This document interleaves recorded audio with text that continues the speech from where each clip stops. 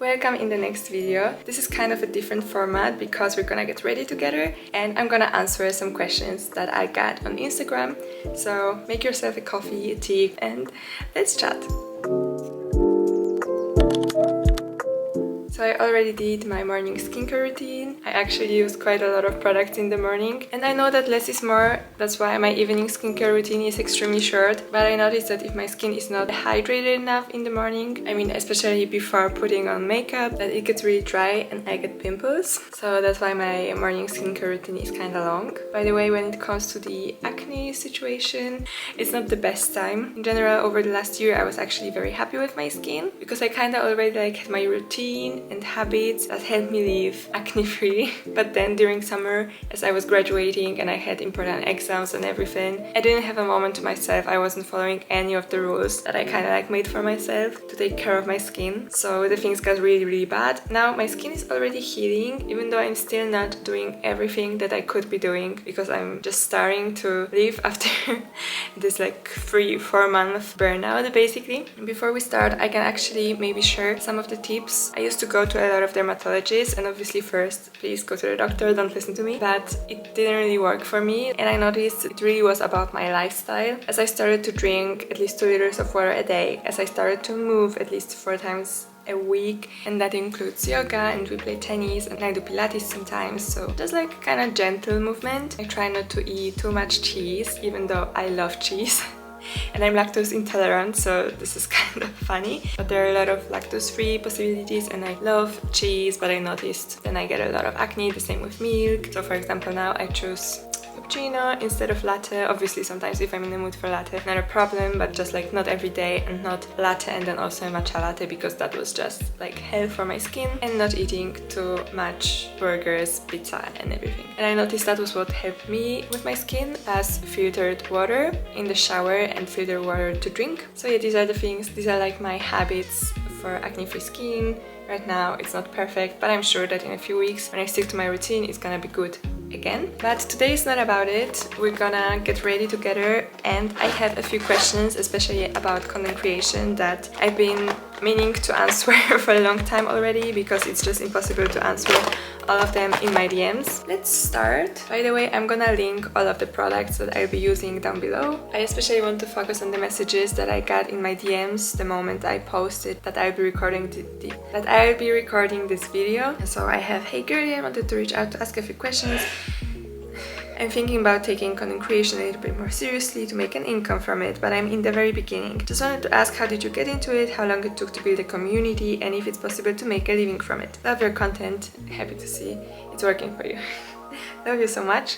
First, how did I get into content creation? To be completely honest, I studied media and I was doing an internship at an influencer agency. It was amazing, I had a lot of fun and I learned so much. But during this internship, I noticed that because I've always been a creative person, I make music and all of this stuff, and I noticed that this content creation part, I think that it fits me much better. I thought maybe I should try it too. So I just started posting, and at that time I was posting a lot of aesthetic content, and it took me a year to gain over 20,000 followers when it comes to timing.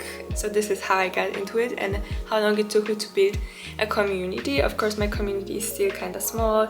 This year, unfortunately, Instagram hasn't been my priority until now, even though our community still grew a little bit. But obviously I still hope it's just the beginning and that our community is still gonna grow. By the way, I'm putting almost all of my makeup with my hands. I used to use a beauty blender and a lot of brushes, but I noticed nothing feels so good on my skin. And when it comes to income, I started focusing on making money from Instagram basically right after I started posting like an influencer. Let's say, because I just knew that this is so much work that if I'm not able to monetize it, it's not for me. And I was doing really a lot of things. In the beginning, I was in a lot of affiliate programs. I was working a lot with platform and apps. I think they're really good for smaller creators. And in the beginning, even though I'm the biggest hater of gifted collaborations, but gifted collaborations are also not the same as PR gifts. That's also a difference, but maybe not about it. I think that that when you are a small content creator, it's not completely the worst idea to accept like 2 free gifted collaborations just to build your portfolio, because then if you want to pitch to brands, you have to somehow show them what you can do. And then obviously when you have some results and when you did a few collaborations, pitching to brands is extremely important. I used to do it a lot, especially like in the first year. Now I already like have some connections, they have me in the database, so somehow every month I have enough collaborations to live from. When I, for example, see that this month is not supposed to be so good, then I still pitch and there's nothing wrong about it. Okay, so I hope that I answered the first question.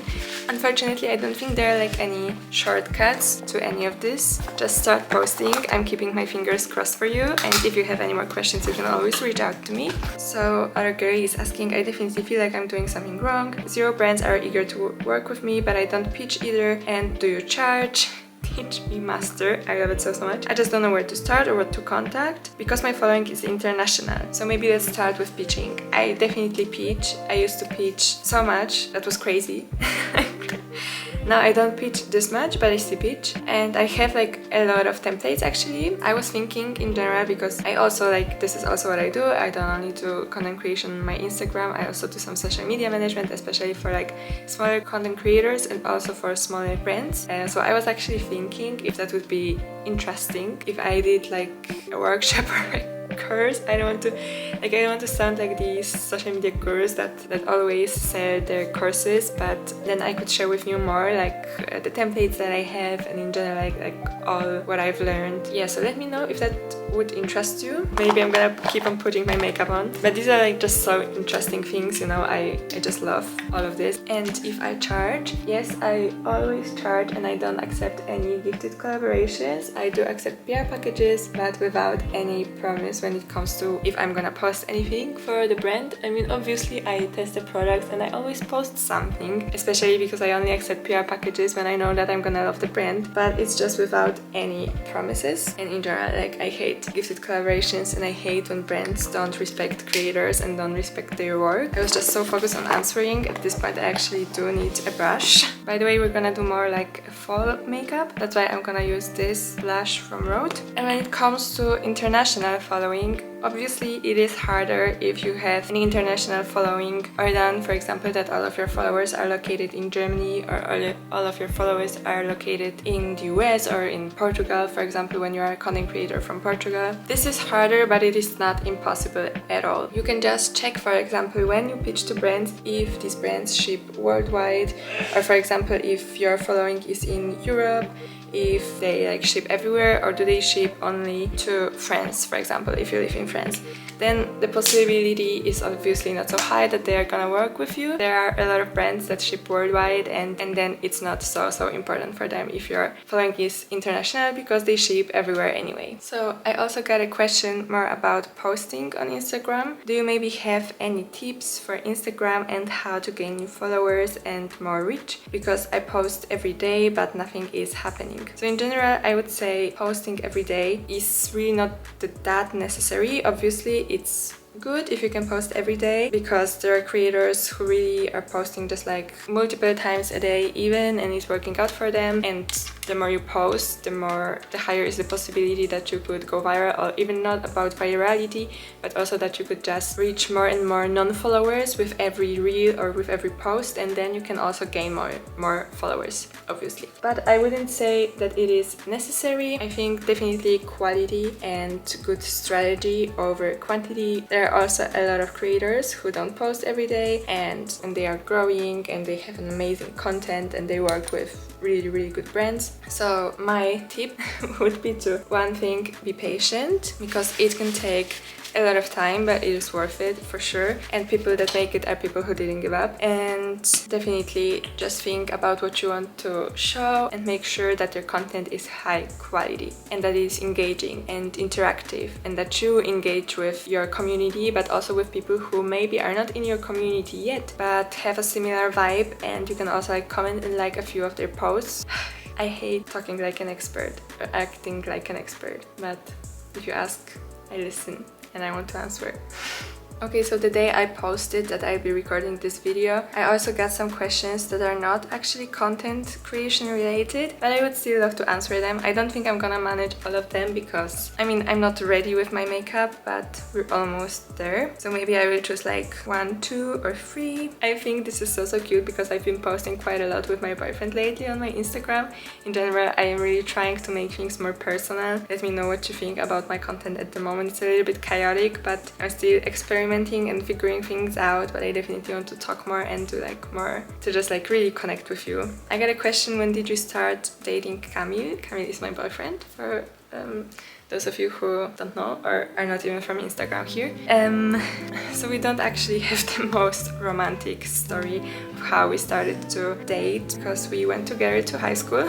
We were in the same class. We weren't together as we were at school. I wasn't interested at all. But we were in the same like friends group, so we always were friends, and I always like loved hanging out with him and everything. I don't even remember exactly. This is so crazy because I think like everything happened in such a natural and organic way. There wasn't like a moment now we started dating or anything. And honestly, like I would love to tell you the story, but I'm asking myself now, like what's the story?